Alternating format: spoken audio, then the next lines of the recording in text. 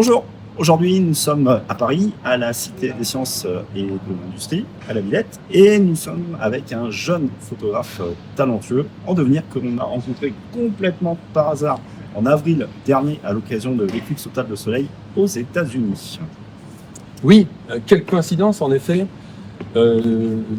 Voici Gwenaël Blanc, spécialisé dans la photographie des paysages nocturnes.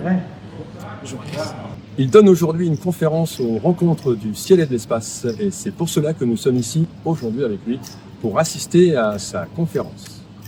Oups. Ouais, sauf que là Jean-Marc, il va bientôt falloir qu'on bouge parce que c'est bientôt l'heure de ta conférence. Voilà, tu n'as pas le droit d'être en retard et on ne veut pas manquer ton intervention.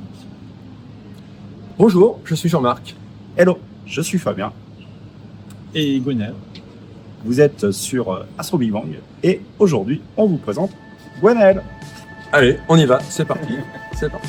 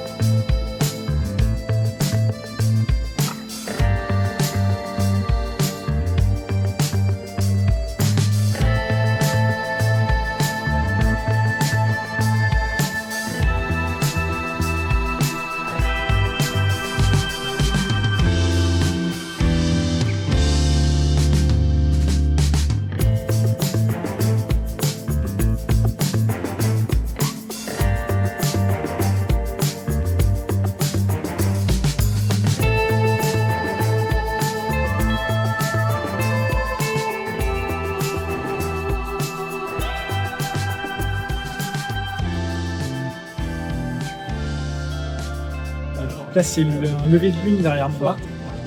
Pour faire cette photo, j'étais à Saint-Cloud, à 11 km du Sacré-Cœur.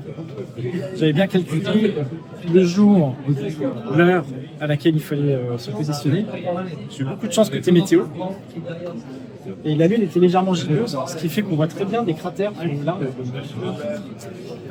Et ce dont on ne se rend pas compte là, c'est que c'est assez zoomé. En fait, la fenêtre de tir était vraiment très petite, puisqu'on a des arbres à gauche, à droite. Et là, la balustrade, c'est le haut d'un immeuble. En fait, en bas, là, il y a un immeuble qui bouche la vue. C'est marrant d'essayer de trouver ces souris là, dans lesquelles on voit l'arbre de triomphe, le Sacré-Cœur, et on se dit pourquoi pas essayer de prendre un lever de lune derrière ces deux bâtiments, ce serait assez joli. En effet, ça rend plutôt bien.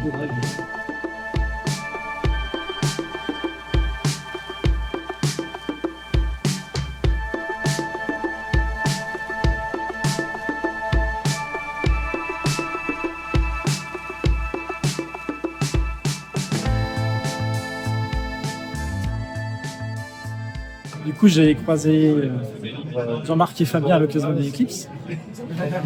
Et un an avant, j'étais en Australie pour voir cette éclipse totale qui a duré 1 minute, 62 secondes même j'étais. Et la couronne solaire était juste formidable, on dirait une fleur.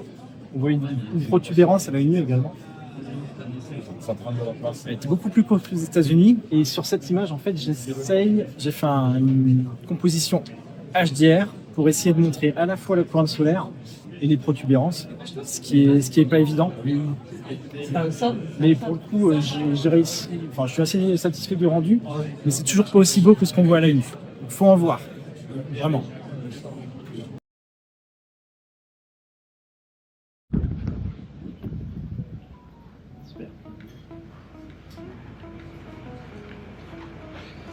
Donc, bonjour à tous, merci d'être venus nombreux. Alors, j'ai déjà vu certains. Est-ce que vous m'entendez bien? Plus fort? Ok. Bon, je vais essayer de. N'hésitez pas, hein, si vous ne m'entendez pas, parfois je peux baisser un peu, donc faut pas hésiter. Ou si vous avez des questions. Donc moi, je vais parler un peu d'astrophoto en ville et comment réaliser ce genre d'image. Donc bon, déjà, rapidement, je vais juste me présenter rapidement. Essayer de voir aussi parmi le public à quel point vous êtes familier ou pas avec ce genre de clichés. Et après, il y aura une partie assez finalement technique où on verra point par point ce qu'il faut mettre en place pour réussir à réaliser ce genre de photos. Donc où se positionner, quel est le plan. Une fois qu'on a une idée en tête, on a imaginé une photo avec le Sacré-Cœur, comment déterminer la date à laquelle la Lune sera au bon endroit, ou telle planète, ou le Soleil sera au bon endroit au bon moment. Et il faut aussi, il y aura aussi un aspect sur le cadrage de la photo, pour s'assurer que la Lune et la Tour Eiffel, ou le monument qu'on a envie de photographier, rentrent bien dans le cadre. Comment s'assurer que l'image qu'on prend sera nette et jolie et présentable. Et bien sûr, à la fin, le facteur météo. Parfois, on n'y peut rien. Il fait moche, parfois, on a des conditions exceptionnelles. Et l'idée, c'est aussi, donc là, ce sera beaucoup sur la Lune et le Soleil, mais l'idée, c'est aussi de généraliser à d'autres alignements avec des comètes, des conjonctions, des planètes, etc. On verra qu'une fois qu'on a le plan en tête, enfin la recette en tête, c'est relativement facile. Tout d'abord, je me présente. Donc, moi, je suis Gonel, strasbourgeois d'origine, passionné d'astro depuis 97 à peu près. C'est la comète Hale-Bopp pour ceux qui s'en souviennent. Et de photos, je m'y suis mis à peu près en 2015, donc c'est un peu plus récent. Et du coup, je combine les deux maintenant. Je suis ingénieur dans le civil, et là, je suis parisien depuis 2018, après avoir passé 5 ans en Angleterre, à la campagne. Donc on peut se dire que arriver en région parisienne, l'astro, c'est fini. Mais pas du tout, au contraire. Donc on peut vraiment bien s'amuser en ville avec. Alors là, on voit éteindre la lumière. Mais on peut vraiment s'amuser en ville avec. On a des super premiers plans, donc autant en profiter. Donc à propos de tout, qui a déjà réalisé dans le public ce genre de photos ou qui est familier? Quelques-uns quand même. Pour réaliser ce genre de cliché, par contre, je m'appuie beaucoup sur des applications. Moi, j'utilise et je vais présenter principalement comment utiliser Photopills. Est-ce que vous connaissez ou pas du tout? Ou quelqu'un qui l'utilise? Ouais. Après, il y a aussi d'autres applications, Planit Pro par exemple. Ça, je n'utilise pas, donc j'en parlerai pas. Désolé pour ceux qui veulent essayer.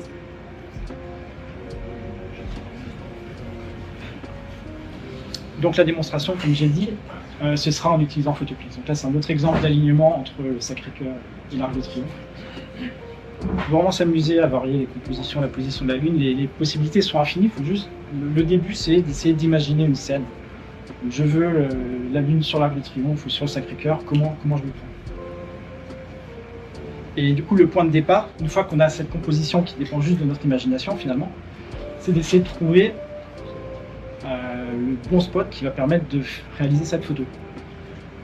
Donc idéalement, il faut essayer de trouver un endroit en hauteur, avec un horizon dégagé, un pont, un champ en campagne, une terrasse d'un immeuble. Et une fois qu'on a trouvé un spot avec une belle vue sur le monument qui nous intéresse,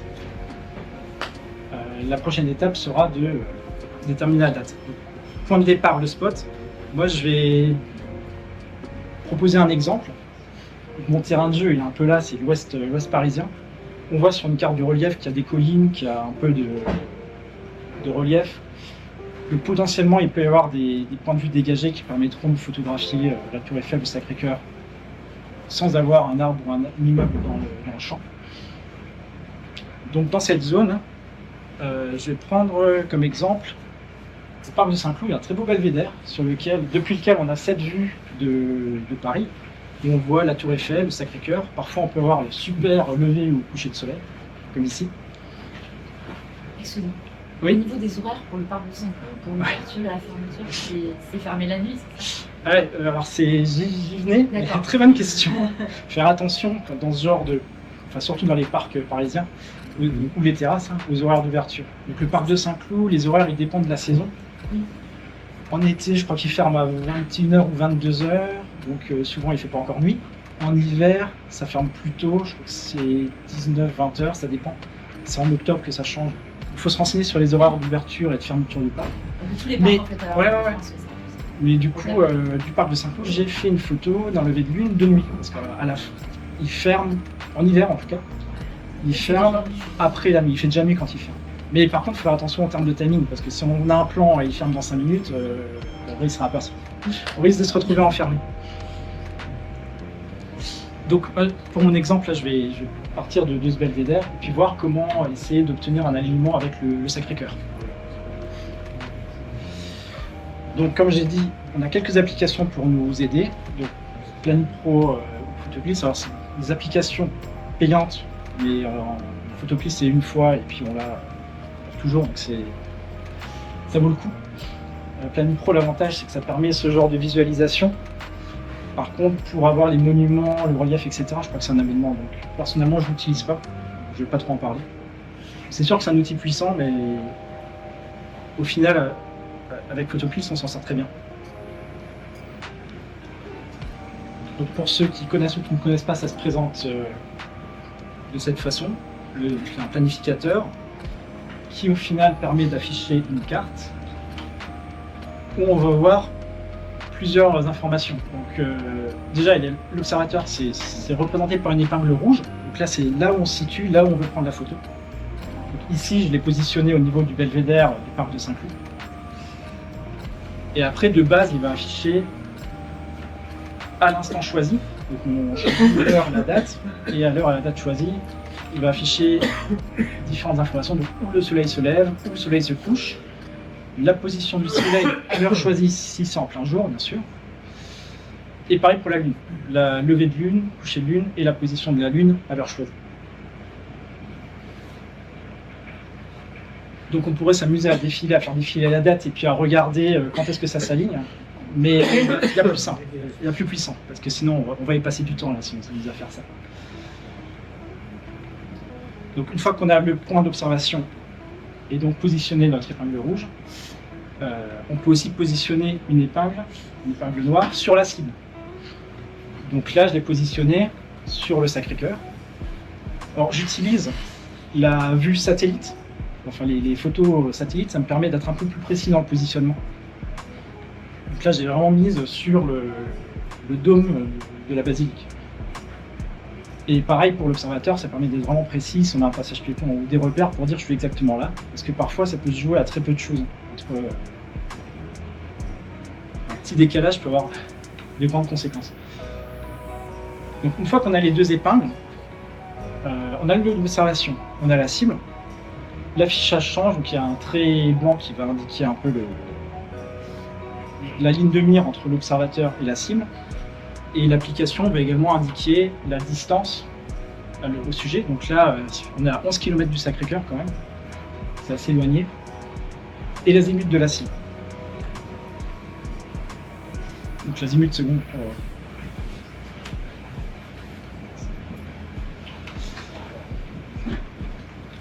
Donc tout est en place pour créer le plan. Maintenant, on va essayer de savoir à quelle date ça peut être intéressant de revenir ou de venir au parc de Saint-Cloud. Je dis venir parce qu'on peut très bien faire du repérage par Google Street View, regardant les images, en tweetant différents points, en disant ah là il y a un beau point de vue. Mais le mieux c'est d'être sur place et de prendre une photo, de dire ah oui c'est joli, j'aimerais bien mettre la lune ici.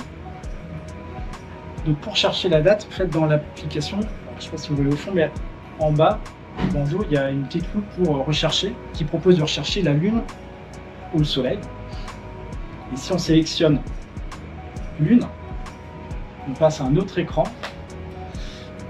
où on va choisir la période de temps qui nous intéresse. Donc on peut faire des calculs jusqu'à 5 ans à l'avenir. Parce que parfois les alignements se produisent dans l'année, parfois c'est dans 2 ans, parfois 3, 4, 5 ans. Il faut vraiment choisir la période qu'on veut et ne pas hésiter à noter dans le calendrier 2035, j'ai une photo qui m'intéresse. Même si ça paraît loin, au final ça va vite.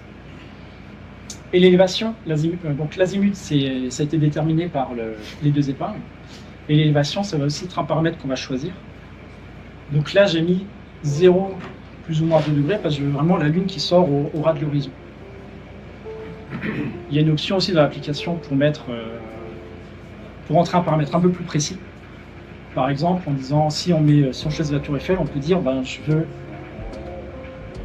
la Lune à 300 mètres de hauteur apparente sur la tour Eiffel, si on la veut vraiment au sommet. Donc ça fera une recherche plus précise. Mais c'est un bon point de départ, là, 0 plus ou moins 2. Après, si on lance la recherche, sur cette période de temps, j'ai mis un an, 2 ans même, et 0 plus ou moins 2, ça nous affiche cet écran avec plein de dates. L'azimut est toujours à peu près l'azimut de notre plan, ça ne va pas beaucoup bouger, et il y a plein d'élévations différentes. Alors dans certains cas, c'est sous l'horizon, donc ça ne va pas forcément nous intéresser, sauf si on veut que la Lune soit légèrement décalée. On va choisir selon le plan qu'on veut, en fait, selon ce qu'on a imaginé, on va choisir plus ou moins bas sur l'horizon. Et j'y reviendrai. C'est toi qui as limité l'élévation? Oui, l'élévation, c'est comme ça. Alors, je ne sais pas si on voit au fond, mais de base, il y a une petite épingle là qu'on peut balader. Alors, je ne peux pas le montrer en direct, mais du coup, ça choisit un angle avec une tolérance de plus ou moins 2 degrés. C'est pour ça que là, j'ai mis à 0. Ça va 0 plus ou moins 2 par défaut.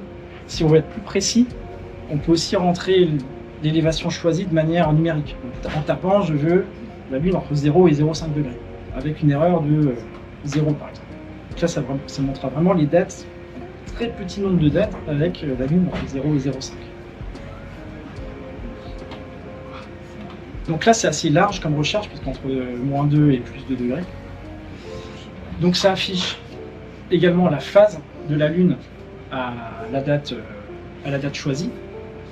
Et le fond de couleur, ça indique à quelle période du jour ou de la nuit se produit l'alignement.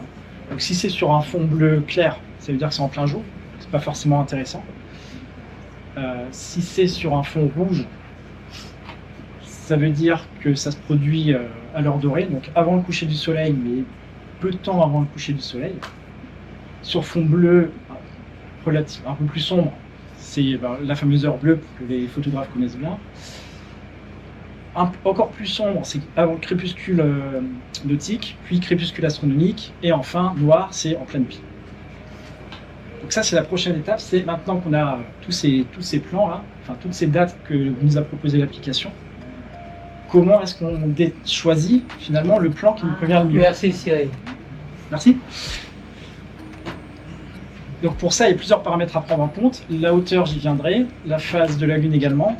Je vais commencer par l'heure du jour ou de la nuit, finalement. Parce que si on choisit un plan à l'heure dorée ou en plein jour, alors on ne va pas forcément voir grand-chose sur la photo, parce que alors, là on voit encore moins avec l'écran. En gros, là j'ai fait une photo de la Lune derrière le Sacré-Cœur. À 16h20, la Lune était pile derrière le Sacré-Cœur, mais c'était encore en plein jour. On voit qu'on a une belle lumière dorée sur les bâtiments de Paris. Malheureusement, il n'y avait pas assez de contraste avec le ciel, et du coup la Lune, on la devine à peine. Vraiment, et à l'œil nu, parce que j'ai rien vu. C'est vraiment en photo derrière, en regardant, en tirant, en faisant les réglages qui vont bien, que on l'a fait légèrement apparaître. 10 minutes plus tard, la Lune était plus haut dans le ciel, et là on la voyait déjà mieux. Mais elle est plus alignée avec le Sacré-Cœur. Donc il faut prendre en compte en plein jour. Après, c'est pas impossible, on peut faire des belles photos en plein jour, mais il va plutôt falloir chercher soit des conditions exceptionnelles en termes de transparence, donc pas de pollution, pas de brume, pas de nuages, rien, un ciel parfait, ou monter en altitude. À Paris, c'est un peu compliqué. Donc ça, c'est juste un exemple depuis Tenerife, par exemple. Ou si on a une montagne en avant-plan, dans ce cas, la Lune est très haute et on peut tout de suite faire des compositions, même en plein jour. C'est quand même possible en ville. Deux exemples d'un ami photographe. Alors, à gauche, c'est les montagnes. À droite, c'est dans Paris, où au final, il va chercher une cible un peu plus haute, la neige, pour capter la Lune en plein jour, avec un ciel bleu et un avant.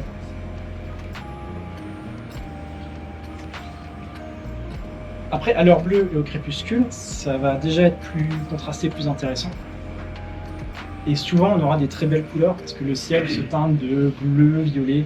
Ça fait des très belles images. Plus facile au traitement puisque l'avant-plan sera toujours relativement bien éclairé. On n'aura pas un avant-plan très sombre qu'il faudra derrière aller chercher les détails. Oui, pardon. Vous êtes à quelle focale pour... Ouais, ça j'y viendrai pour la focale. Pardon. J'y viendrai. Non mais Voilà. c'est de là une idée. C'est de là c'est du... Je pense que j'étais à 400 mm mais en recadré et APS-C. Et ici, quand j'étais à 250, quelque chose comme ça. Il y a toute une partie après sur les focales, j'aurais pas mal d'exemples. Et enfin en pleine nuit, donc là, il faut faire attention à la forte différence de luminosité entre la Lune et l'avant-plan. Au ras de l'horizon, souvent la Lune elle va être très atténuée, donc si c'est la pleine Lune, on va la voir avec un voile qui va filtrer un peu la lumière, ça ira, on ne va pas surexposer. Par contre, dès qu'elle gagne en hauteur, tout de suite, si on veut avoir un avant-plan éclairé correctement, la Lune va être surexposée et on va perdre les détails. Donc là c'est une photo que j'ai prise depuis mon village natal. La Lune ne sort pas au ras de l'horizon à cause de la forêt noire.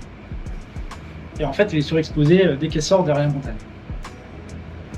Donc bon, faut faire attention à ça si on photographie en pleine nuit. Il faut chercher plutôt des aliments, elle sera au ras de l'horizon si on veut pas devoir combiner deux photos pour avoir deux expositions différentes. Après, en termes de phase privilégiée, on pense souvent à la pleine lune, parce que la pleine lune c'est en début de nuit, donc c'est ce qu'on voit le plus souvent, mais il n'y a pas que la pleine lune, et ça reste quand même très beau. Pleine lune, c'est soit le soir au horizon est, le lever, ou il ne faut pas oublier le matin aussi, à l'horizon ouest, au coucher, avant que le soleil ne se lève. Ça peut faire des très belles compositions également. La lune gibbeuse, du coup, on s'éloigne un peu de la pleine lune. L'avantage, c'est que ça met en avant les reliefs lunaires, donc ça donne plus de dimension à la photo au final. Là, ce sera principalement le soir, parce que le matin, ce sera en plein jour. Et les croissants lunaires, alors personnellement, j'aime bien les croissants lunaires, surtout quand se rajoute une belle lumière cendrée. Par contre, si on veut cette lumière cendrée, il va falloir attendre que la lune soit assez haute également. Parce qu'au ras de l'horizon, le croissant se réduit à un petit cil, un petit trait dans le ciel. Tu fais plusieurs expositions sur les pour avoir la lumière cendrée. Non, là c'est la même exposition dans les deux cas. Parce qu'on expose, plusieurs secondes ici pour avoir l'avant-plan clair. Donc on surexpose le croissant, mais c'est pas grave. Si on veut la lumière cendrée, au contraire, c'est voulu. Par contre, et là on peut s'amuser le matin, au lever de lune, à l'est, ou le soir, peu après le coucher du soleil.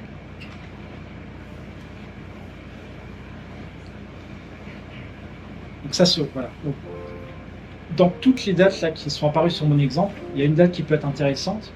C'est le 14 janvier 2025 à 17h58. On a une lune à quasiment 1 degré de hauteur, quasiment pleine et à l'heure bleue. Alors maintenant, la question ce sera en termes de cadrage, comment je m'assure, parce qu'1 degré ça peut être assez haut, c'est pas au ras de l'horizon. Comment je m'assure que elle va bien rentrer dans le cadre et que ce sera pas trop haut, trop bas, ou pas le plan que j'ai en tête. Donc là, l'application nous aide aussi. Il y a un petit bandeau en haut qui va indiquer plusieurs choses, qui va indiquer la hauteur de la Lune sur l'épingle noire qu'on a positionnée. Donc ça, c'est la hauteur apparente. Donc c'est utile si on a une idée de la hauteur du bâtiment, par exemple la tour Eiffel, 300 mètres et quelques, on va essayer de mettre la Lune. Si on la veut au sommet, on va la mettre à 300 mètres et quelques de hauteur apparente. Ça va indiquer la taille apparente de la Lune aussi. Donc là, plus l'épingle noire est loin, plus la taille apparente sera grande. Tu prends en compte les paramètres de l'objectif? Non, là c'est indépendamment de l'objectif. Et l'élévation de la Lune. Donc ça, ce sera intéressant. En fait, sur notre plan où ça mettait 1 degré, si on aligne parfaitement avec l'épingle, elle est en fait à 1,46 degré de hauteur. Pardon, je sais pas si... Voilà. Donc Donc là, on est à 18h02 en fait, 17h58. Il y a un petit décalage. Donc il va falloir qu'on compose avec une lune à 1,46 degré.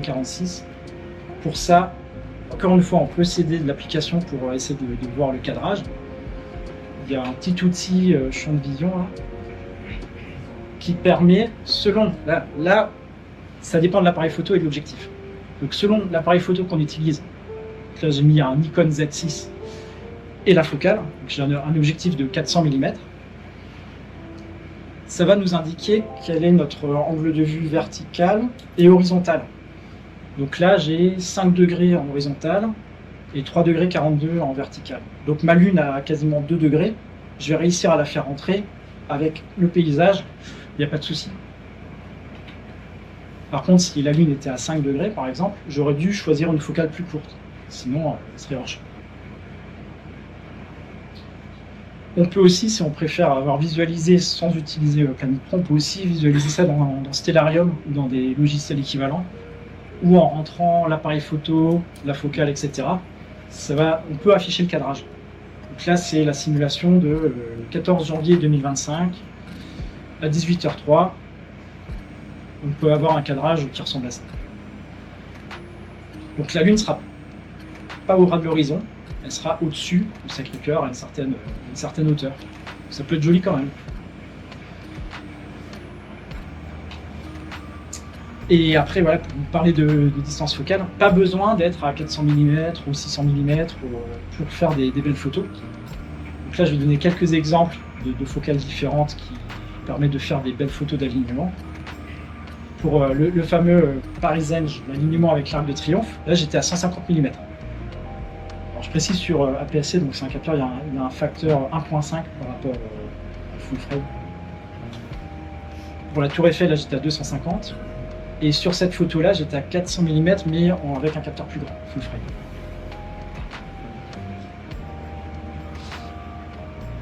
Et encore quelques exemples pour illustrer. Quand je montrais avant la hauteur de la Lune, la hauteur apparente, pour cette photo, l'application disait que la Lune est à 0,32 degrés de hauteur, donc vraiment au ras de l'horizon, sachant que le diamètre apparent de la Lune c'est 0,5 degrés à peu près. Hauteur apparente sur le Sacré-Cœur, 53 mètres. Et diamètre apparent, 96 mètres.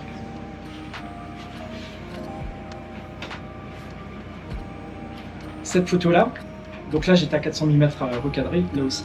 Cette photo-là, elle est prise depuis le parc de Saint-Cloud, en pleine nuit, depuis le point d'observation que j'ai choisi pour cet exemple. Et là, la Lune est à 0,53 degrés.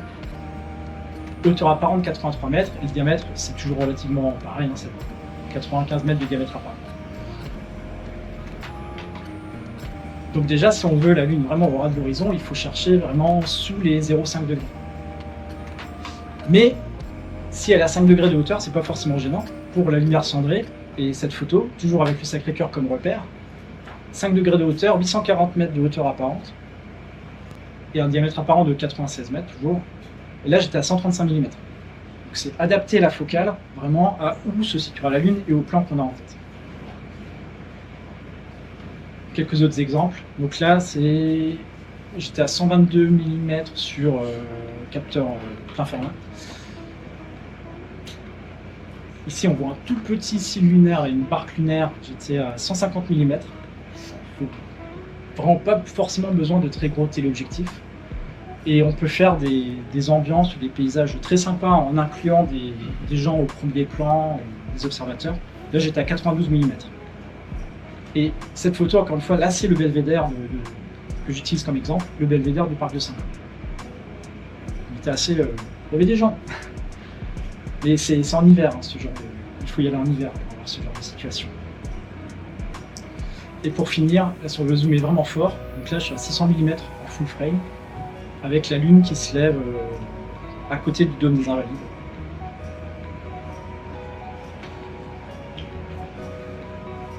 Et dernier réglage, pour assurer une image nette, il faut faire attention à la distance au sujet. Alors je vais accélérer un peu peut-être. Sur cette image, on ne le voit pas sur l'image plein écran, mais en fait, si on zoome, on voit que la statue est pas tout à fait nette. La Lune l'est, mais pas la statue. En fait, j'étais à 340 mètres de la statue. Et quand on est trop proche du sujet, on ne peut pas avoir à la fois la lune à l'infini nette et notre sujet. Donc là-dessus, il y a aussi un outil dans Photopills qui permet de calculer ce qu'on appelle la distance hyperfocale. Alors c'est un peu compliqué, mais en gros, si on fait la mise au point à cette distance, ça sera net jusqu'à l'infini et jusqu'à la moitié de cette distance.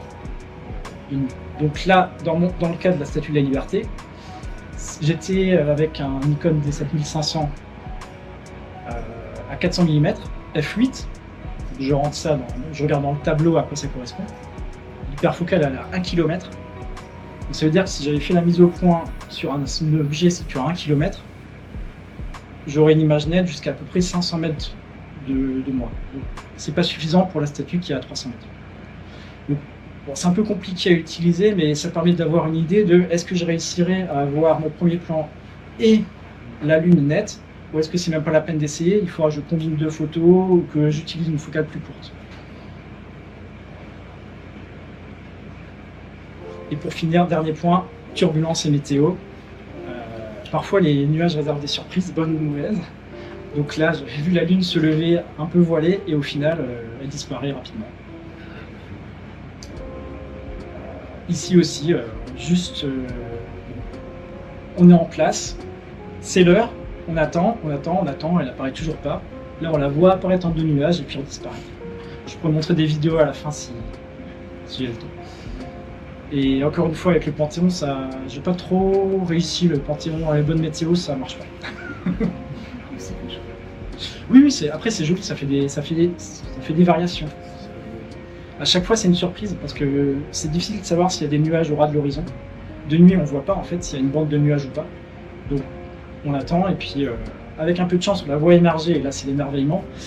Et parfois, on voit rien du tout et tant pis. Et pour finir, la turbulence également. Donc, de temps en temps, on a l'impression, quand on fait ce genre de photos, qu'on a loupé sa mise au point. Et en fait, non, c'est juste que l'atmosphère est tellement turbulente que même si on a une mise au point parfaite, l'image sera pas nette à la fin. On n'arrivera pas à avoir de beaux cratères. Là, la Lune, elle est complètement déformée par les différentes couches de l'atmosphère. Pourtant, la mise au point est bonne. Et de temps en temps, on a des conditions quasiment parfaites. Là, on voit, il y a juste une toute petite déformation ici. Mais sinon, les cratères sont très nets parce que ce soir-là, les conditions atmosphériques étaient excellentes. Donc ça, c'est de la chance. Et de temps en temps, ça donne des très beaux spectacles, comme un lever de soleil avec des mirages ou des soleils complètement déformés. Et aussi un soleil rectangulaire, avec Notre-Dame et les Invalides de la Tour Eiffel. Donc, ça me permet de faire la transition pour le soleil. Pour le soleil, c'est le même principe, sauf qu'à la place de choisir lune dans l'application, on choisit le soleil, et ça va afficher les dates. Et c'est plus simple parce que tous les ans, c'est la même chose. Donc une fois qu'on a un plan qui marche, s'il fait moche cette année, on revient l'année prochaine, ce sera la même chose. La lune, c'est plus compliqué de trouver la date, et ça peut être, il faut attendre 1, 2, 3 ans parfois. Le soleil, pas de surprise. La seule surprise, ce sera la météo, et est-ce que le soleil sortira voilé, pas voilé, etc. Et il faut juste faire attention aussi, forcément, toujours avec le soleil. Moi, je regarde, jamais directement, je regarde via l'écran de l'appareil photo. Comme ça, ça peut devenir éblouissant très vite. Donc là, au ras de l'horizon, elle était rouge, il n'y avait pas de souci. Par contre, très vite, on crame la photo de toute façon. Donc on va arrêter de shooter parce que ça ne sert plus à rien. Là, c'est complètement cramé, il n'y a plus aucun détail. Et pour protéger ses yeux aussi, je préfère regarder à travers l'écran de l'appareil photo. Enfin, pour sortir de Paris, c'est possible dans toutes les villes de France d'avoir de beaux alignements. Après, il me reste pour les 10 dernières minutes là. Maintenant, j'espère que vous avez un peu compris comment, avec l'application, on peut calculer des dates où on aura un super alignement. Donc là, on avait un spot, on a une idée en tête, on se dit, j'aimerais bien mettre la lune derrière, quand est-ce que je reviens? L'application nous aide à choisir la date. Maintenant, ça va être un peu l'inverse. Il y a une comète, il y a une conjonction, il y a une planète qui est intéressante, peu importe. Comment je fais pour avoir une photo avec un joli avant-plan? Comment je fais pour aligner les astres et la vie? Donc ça c'était Neowise. Par un matin, il était 3h40 du matin, je crois. C'était très très calme, des conditions incroyables. Et depuis le pont Mirabeau, voilà, donc c'est possible en ville. Après, on voit pas la queue magnifique, etc. forcément, parce qu'il faut vraiment un ciel très sombre. Mais Neowise, elle était très brillante et c'est possible. Donc justement, on va partir avec l'exemple de la comète. Donc là, il faut ouvrir une application type Stellarium, Sky Safari, chercher à la date qui nous intéresse et à l'heure qui nous intéresse l'azimut et l'altitude de la comète. Donc là, par exemple, alors c'est en bas pour ceux qui sont au fond, l'azimut c'était 32 degrés et l'altitude à 3h45 du matin c'était 1 degré, relativement proche de l'horizon. Ensuite, dans l'application, je me suis amusé à tester différents endroits pour essayer d'avoir, là entre les deux épingles, essayer d'avoir un azimut qui correspond. Donc tiens, si je mets 32 degrés, c'est plutôt au nord. Donc, je cherchais une composition où c'est dégagé vers le nord. Donc là, j'ai trouvé ce pont avec la Statue de la Liberté. Et je me suis dit, si je déplace l'épingle, est-ce que j'arrive à 32 degrés? Bingo, si je me mets là, je suis à 32 degrés d'azimut à peu près, quand je vise la Statue de la Liberté. Et après, on peut gribouiller un plan. Donc là, j'ai fait à la main. J'ai pris Stellarium, j'ai noté l'heure, l'azimut, l'altitude. Tac, ça fait un petit tableau. J'ai pris Photopills, j'ai regardé le champ de vision. Donc 100 mm, j'avais 13 degrés par 8 degrés. 135, 6 degrés par 10 degrés. Donc là, ça illustre parfaitement ce qu'on a vu avant. Et après, 29 degrés, 32 degrés, etc. J'ai mis un peu la comète où elle serait au fur et à mesure du temps. Donc, une fois qu'on a le plan en tête, on va sur place et on espère que la météo sera bonne. Donc là, on ne peut que prier. Et ça a donné cette image. Donc ça, malheureusement, Photopills ne permet pas de le faire directement. Le Planet Pro le permet. Avec la réalité virtuelle, il y a les comètes, il y a plus de choses. Mais on peut combiner avec Stellarium, on peut très bien s'en sortir. Et pareil pour la comète Chūōshīchan, là, récemment. J'ai réussi à la voir avec la Tour Eiffel, alors on la voit très discrètement, c'est un peu compliqué. Mais j'ai utilisé le même principe pour faire cet alignement. Les conjonctions, même idée, sauf que là c'est plus facile s'il y a la Lune, parce que la Lune on la voit dans Photopills. Donc ça c'était la Lune et Vénus au-dessus du Grand Palais le 17 mai 2018. On a un cadrage un peu plus grand, on a 26 mm de focale. Alors là, en plus avec un objectif entrée de gamme, on peut vraiment faire, il n'y a pas besoin d'avoir un super matériel pour faire des belles photos. Il faut juste avoir un plan en tête, ou se balader et puis savoir qu'il y a une conjonction à cette date-là et que ce serait intéressant de sortir dans Paris et d'essayer de shooter. Autre conjonction, le 20 mai 2020, le 1er mars, il y avait la conjonction entre Jupiter et Vénus. Donc là, j'avais réussi à les aligner au sommet de la Tour Eiffel. Une photo que j'aime bien, parce que là, c'est conjonction entre la Lune et Vénus, et les deux sont en fin croissant. Alors Vénus, là, je joue 270 mm. Je joue même pas très fort parce qu'il fallait que je sois à une focale relativement courte, sinon les deux ne rentraient pas dans le champ. Mais on aperçoit quand même à cette focale, un petit croissant pour Vénus. Ça, j'ai eu l'occasion une fois de faire ce genre d'image. J'aimerais bien refaire, mais ça se présente pas tous les jours. C'était le 19 juin 2019. Et pour finir, 18 décembre 2020, c'était Jupiter et Saturne. Et là, ça illustre ce que j'avais dit.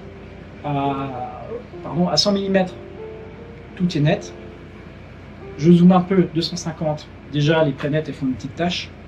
Et à 400 mm, pour avoir les deux nets impossibles, si proche de la statue, c'est impossible. Mais ça reste joli. On voit bien la différence de couleur entre Jupiter et Saturne. Là, tu as fait la mise au point sur la statue. Sur la statue, oui. Ouais, la statue est nette. Après, je pourrais combiner avec une photo mise au point sur les planètes, mais je ne l'ai pas fait.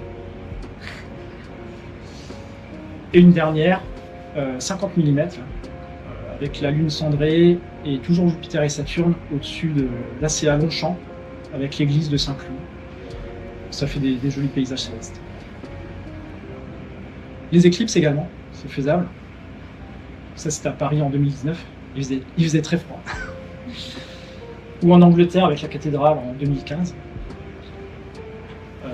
Pour les éclipses, on peut s'aider de Photopills également. On peut charger des éclipses dans le planificateur. Donc là, si on appuie ici, ça va afficher différentes dates. On a juste à choisir. Donc là, j'ai choisi la prochaine, le 14 mars 2025. Après, dans le petit bandeau en haut, on voit qu'elle est chargée. Et si on swipe, là, si on passe au bandeau suivant, ça va afficher pour l'emplacement qu'on a choisi, les heures des différents contacts. Et on aura une prévisualisation à l'horaire choisi de la phase de l'éclipse. Donc là, je ne sais pas si on le voit bien, mais on voit le cône d'ombre, on voit la lune, on voit mieux ici peut-être, la pénombre. Et du coup, de Paris à 7h05 du matin, le 14 mars 2025, on aura une lune partiellement éclipsée qui va se coucher. On voit l'horizon aussi. Donc elle est quasiment au ras de l'horizon. Et malheureusement, la phase totale, là, c'est 7h26, la lune sera couchée. À Paris.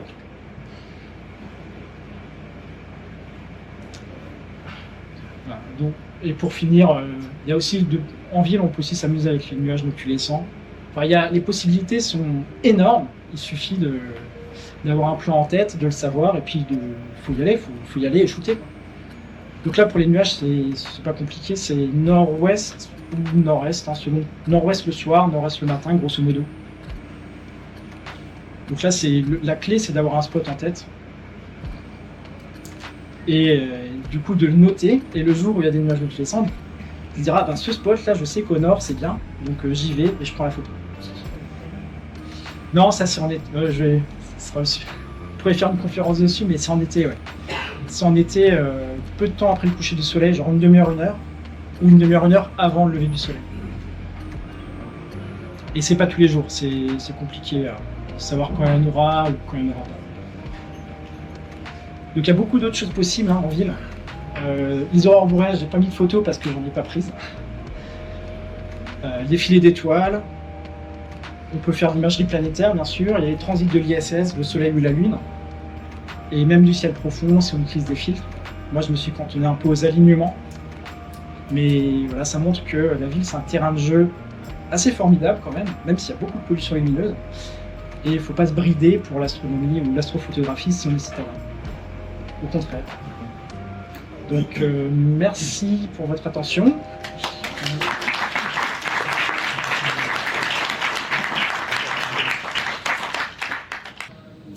Gwenaël, bravo pour ta présentation, c'était vraiment passionnant. Avant de te laisser, on aimerait bien en savoir un petit peu plus sur toi. Est-ce que tu serais OK pour nous parler de toi, répondre à quelques questions? Tout à fait, pas de problème. Super.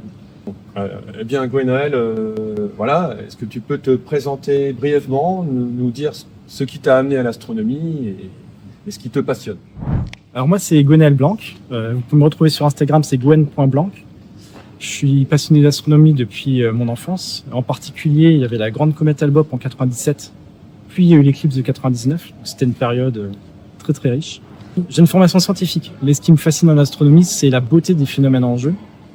Je sais pas comment, après avoir vu une éclipse totale, on l'a vécu ensemble, des aurores boréales, Jupiter ou Saturne à travers un télescope de ses propres yeux, ou même la Voie lactée sous un ciel d'une pureté incroyable, je ne sais pas comment on fait pour ne pas devenir accro. Forcément envie de revoir ça, de revivre ça, c'est juste fascinant.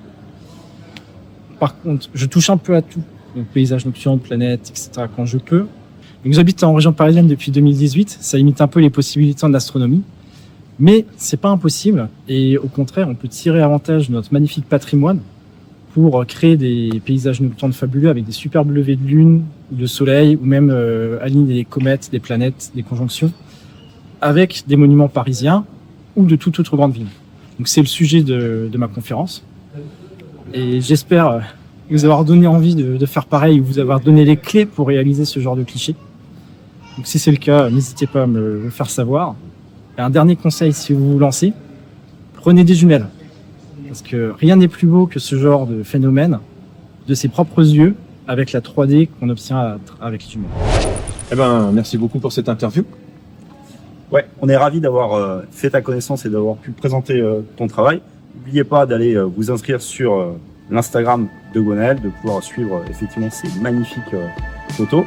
Et d'ici à nos prochaines vidéos, bah, bien sûr, restez connectés à ce Big Bang. Abonnez-vous si ce n'est pas encore fait. Portez-vous bien et naturellement, À à bientôt bientôt sur les sous les étoiles.